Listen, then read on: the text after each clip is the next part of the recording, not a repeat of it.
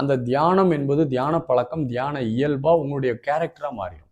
அப்படி மாறும்போது நம்முடைய உலகத்துல பேர் அமைதி மலர ஆரம்பிச்சிடும். அந்த பேர் அமைதியின் காரணமாக நம்முடைய எண்ணம், சொல், செயல் எல்லாமே சிறப்பா இருக்கும். அனைவருக்கும் அன்பான வணக்கங்கள். நமக்கு தியானம் செய்வதற்கு எனக்கெல்லாம் நேரமே இல்லை, எனக்கு அது பொறுமையே கிடையாதுப்பா, நான்லாம் தியானம்லாம் பண்ண மாட்டேன், நமக்கு தியானம் என்பது அவசியம் இல்லாத ஒன்று எப்படின்னு சொல்லி நம்ம என்ன செய்யறோம்னா, தியானத்திற்கான ஒரு விஷயங்களை நம்ம அடிக்கடி சொல்றோம். தியானம் செய்வதற்கு உண்மையிலேயே நமக்கு ஏன் பொறுமை இல்லை அப்படின்னா, மனம் எப்போதும் அது ரெஸ்ட்லெஸ்ஸாக இருக்குது, ஓடிக்கிட்டே இருக்குது. காலையில் எழுந்ததுலேருந்து இரவு வரை நமக்கு மனம் ஓடிக்கிட்டே இருக்குது. நம்மளால் அந்த ஓடிட்டு இருக்கக்கூடிய ஓட்டத்தில் நம்ம மனதை பிடிச்சி உட்கார முடியல, அது பொறுமையை கொடுக்க மாட்டேங்குது.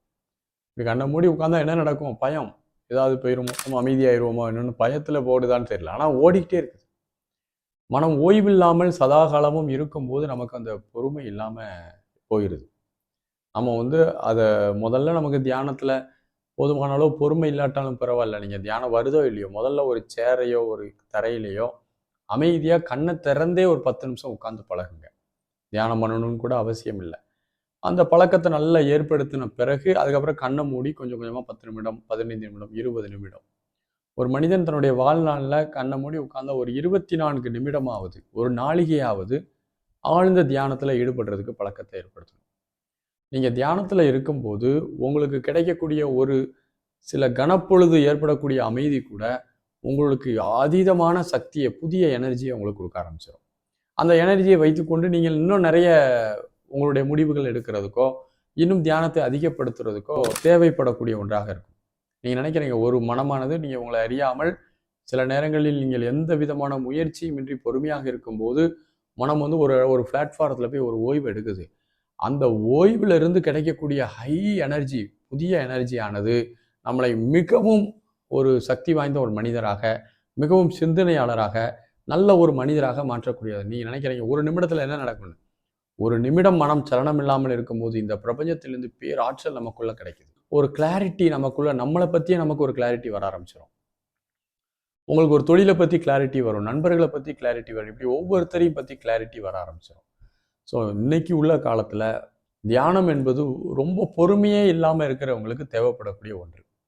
அவங்க கண்டிப்பாக பண்ணணும். நான் சொல்ல மாதிரி அவங்களுக்கு பொறுமை இல்லை, என்னால் உட்கார முடியலன்னு சொன்னால் முதல்ல ஒரு சேரை போட்டு உட்காந்து 10 நிமிஷம் செல்ஃபோனு எதையுமே தொடாமல் கண்ணை திறந்துட்டாது ஒரு 7 மணிக்கு உட்காரீங்கன்னா 7:15 வரை, 7:20 வரை உட்காந்து கண்ணை திறந்துட்டே அமைதியாக உட்காந்து இன்னமும் அதை ஒரு பழக்கமாக, வலுக்கட்டாயமாக பழக்கத்தை ஏற்படுத்துங்க. அதுக்கப்புறம் ஒரு வாரம் அப்படி பழகினப்புறம் கண்ணை மூடி அமைதியாக உட்காந்து பாருங்கள். அதுக்கப்புறம் கண்ணை மூடி உட்காந்து தியானம் பண்ணி பாருங்க. இப்படி படிப்படியாக அந்த பொறுமையை நம்ம வரவழைச்சுக்கணும். ஏன்னா பொறுமை இல்லாதவர்களுக்கு இருக்கக்கூடிய மிக ஒரு முக்கியமான ஒரு கருவி தியானம் தான். அவங்களுக்கு அந்த தியானத்தை தவிர அவங்களுக்கு வேற ஒன்றும் பெரிய விஷயங்கள் இருக்காது. தியானம் என்பது நம்முடைய பழக்கமாக மாறணும். நம்முடைய ரொட்டீன் லைஃப், காலையில் எந்திரிச்சோம் நம்ம ப்ரெஸ் பண்ணுறோம், காலை கடன்களை முடிக்கிறோம், யாருமே சொல்ல வேண்டியதில்லை. ஆனால் ஆரம்ப காலத்தில் அம்மா நம்ம சிறு வயதுலேருந்து டெய்லி பழுத்தைன்னு நினைவுபடுத்தி ஒரு குறிப்பிட்ட டயத்தில் நம்மளை நல்லா பழக்கப்படுத்தியிருப்பாங்க. அந்த பழக்கத்தின் காரணமாக இப்போ வளர்ந்த பிறகு நமக்கு அது ரொட்டீன் லைஃப்குள்ளே இயல்பாக இருக்குது.